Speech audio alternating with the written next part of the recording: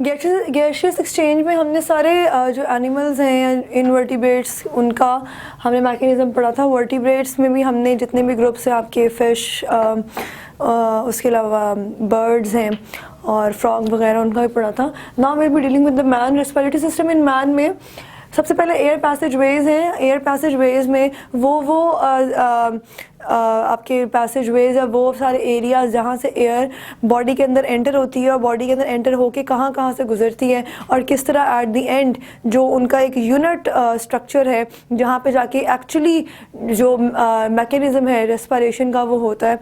वो उसके बारे में मैंने ये journal C diagram basically flow sheet बनाई है। ये फ्लो शीट जो है it is just for you people कि आप इससे जो है वो आइडिया लगा सकें कि किस तरह से एयर कहाँ से एंटर होती है। एयर एंटर होती है फ्रॉम द नेज़ल कैविटी।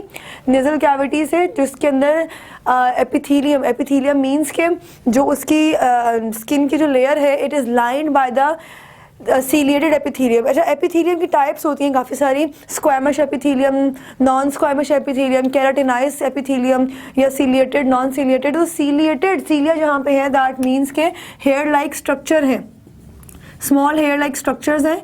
तो ऐसी स्किन लेयर जहाँ पे स्मॉल हेयर लाइक स्ट्रक्चर्स हों उसे हम सीलिएटेड एपिथीलियम कहते हैं। तो नेज़ल कैविटी में सीलिएटेड एपिथीलियम होता है और ये सीलिएटेड एपिथीलियम यानी कि जो सीलियाँ हैं या जो हेयर है ये हर वक्त बीट करते रहते हैं। इससे ये होता है कि जैसे ही बाहर से एयर अंदर आती है, अंदर जब ये हेयर बीट करते रहते हैं तो जो डस्ट पार्टिकल्स होते हैं वो इन हेयर में ट्रैप हो जाते हैं और जो बिल्कुल फाइन या प्योर एयर होती है वो आगे चली जाती है। और इन डस्ट पार्टिकल्स में ये माइक्रोस्कोपिक होते हैं जो हेयर है, इन हेयर में डस्ट पार्टिकल्स के अलावा अगर कोई ऐसा ऑर्गेनिज्म है जिसका साइज़ थोड़ा बड़ा है माइक्रो ऑर्गेनिजम्स में, तो वो भी इंट्रैप हो जाता है और आगे एयर जो है वो जाती है टू द म्यूकस मेम्ब्रेन।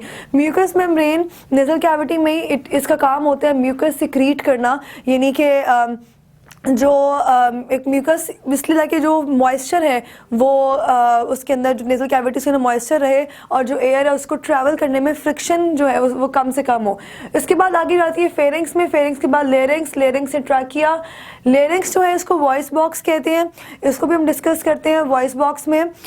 बाकी यहाँ पे है voice box is a complete cartilaginous structure. Complete cartilaginous structure means कि कार्टिलेज का बना हुआ है और it is at the upper end of trachea. जहाँ से ट्रैकिया स्टार्ट होता है उसके बिल्कुल ऊपर लैरिंग्स है, उसके बाद नीचे ट्रैकिया होता है। ट्रैकिया दोनों लंग्स को जो है वो ये पूरा ट्रैकिया होता है, इस यहाँ से इसका डिवीजन होती है दोनों लंग्स के लिए और दोनों लंग्स में ब्रोंकाई जो है वो जाते हैं। ब्रोंकाई के बाद terminal bronchi. Terminal bronchi means कि जो जहाँ पे वो जो ब्रोंकाई है जहाँ पे ब्रोंकाई ख़त्म होते हैं वो वहाँ पे और छोटी डिविजन्स में टर्मिनल ब्रोंकाई होती हैं और टर्मिनल ब्रोंकाई से आगे रेस्पिरेटरी ब्रोंक्यूल्स, ये उससे भी ज़्यादा छोटे माइन्यूट स्ट्रक्चर्स होते हैं रेस्पिरेटरी ब्रोंक्यूल्स।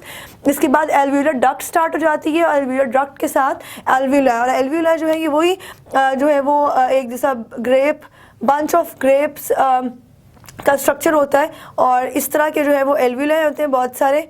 और हर एल्वियोलाई के अंदर माइक्रोस्कोपिक लेवल पे जो ऑक्सीजन आती है वो ऑक्सीजन अंदर जाती है और जो कार्बन डाइऑक्साइड इनके पास होती है वो कार्बन डाइऑक्साइड वापस आ जाती है। सिमिलरली ये सब कुछ आता है एक्सपायर्ड एयर में, जो एयर एक्सपायर हो रही है वापस मुंह से बाहर, तो जब इनहेलेशन होगी तो यहाँ से ऑक्सीजन अंदर जाएगी, एट द सेम टाइम जैसे ही एक्सहेलेशन होगी कार्बन डाइऑक्साइड बाहर आएगी और वो इसी मैकेनिज्म के थ्रू नेज़ल कैविटी के ज़रिए बॉडी से बाहर एक्सपायर कर जाएगी। तो ये जो है वो एक मैकेनिज्म है about the air passageways का। उसके बाद it is cartilage act as a lid which automatically covers the opening of larynx and the pre-opening of larynx is called glottis and is also lined with mucous membrane. larynx जो है इसकी pre-opening मतलब larynx से पहले glottis होता है, इसमें भी mucous membranes होती हैं ताकि जो mucus है वो continuously उसकी secretion हो और जो भी चीज़ अंदर enter हो रही है उसको एक friction free environment मिले। In the glottis, the mucous membrane is stretched across into two thin edge fibrous bands called यहाँ पे वोकल कॉर्ड्स होते हैं which help in the voice production when vibrated by air. लैरिंग्स जो है इसको voice box कहते हैं। ये आपका शॉर्ट क्वेश्चन है, why लैरिंग्स is called voice box या व्हाट इज वॉइस बॉक्स या what is the function of लैरिंग्स।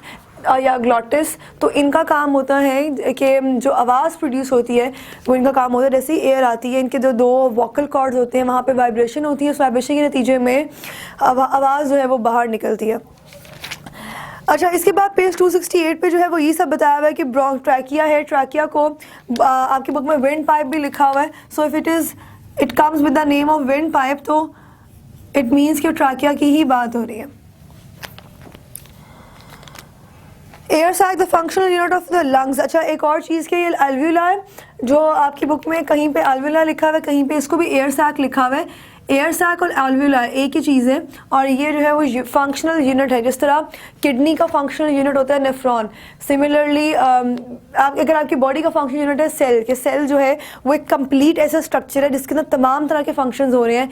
Similarly respiratory system का जो एक कंप्लीट यूनिट है वो एल्व्यूला है, जिसके अंदर तमाम तरह के जो फंक्शंस हैं वो हो रहे हैं।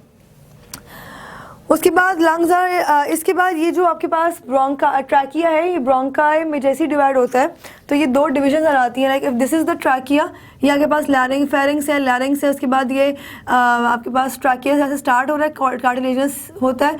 उसके बाद इस तरह से जो है जैसे ही दो लंग्स में, यहाँ पे लंग्स होते हैं, ये लंग्स में डिवाइड हो जाते हैं, और राइट वाले में जो है आई गेस दो होते हैं, दो ब्रोंकाई होते हैं, लेफ्ट वाले में जो है वो एक होता है, एक डिवीजन होती है ट्रैकिया की। तो ये ब्रोंकाई होते हैं, और उसके बाद ये आगे ब्रोंकियोल्स में, जो कि टर्मिनल भी हैं, रेस्पिरेटरी, उसमें डिवाइड हो जाते हैं, and then the respiratory bronchioles, alveolar, ducts alveoli. तो ये जो है वो पूरा मैकेनिज्म है। लास्ट पैराग्राफ में है lungs are spongy because of the presence of millions of alveoli.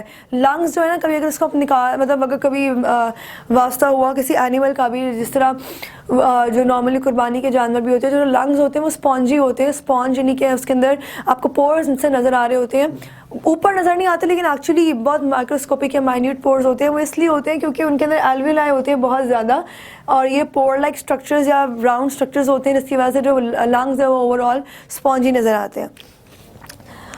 उसके बाद है कि the floor of the chest is called diaphragm. Chest का जो फ्लोर है डायफ्राम है, और डायफ्राम जो है it is a sheet of skeletal muscles. Lungs are covered with double layered thin membranous sacs called pleura. Lungs की जो, अगर if these are the lungs ना, इस तरह से, तो इनकी डबल मेम्ब्रेनस जो है वो एक स्ट्रक्चर होता है जिसको प्लूरा कहते हैं, जैसे प्लूरल मेम्ब्रेन कहते हैं। और जिस तरह हमने हार्ट में, आप लोगों को पता है जो हार्ट है उसके ऊपर कवरिंग होती है पेरिकार्डियम, और पेरिकार्डियम यानी कि उस कवरिंग और हार्ट के दरम्यान पेरिकार्डियल फ्लूइड होता है जो कि उसके लिए शॉक रेजिस्टेंट होता है।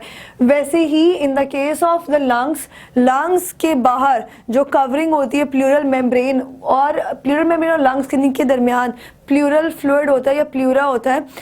That is also a fluid जो कि इन्वॉल्व होता है in the absorbance of the shock. अगर बाहर से कोई शॉक लगता है तो वो जो फ्लूइड होता है उसको एब्जॉर्ब कर लेता है, और अंदर जो ऑर्गन है वो इंटैक्ट रहता है, सही रहता है।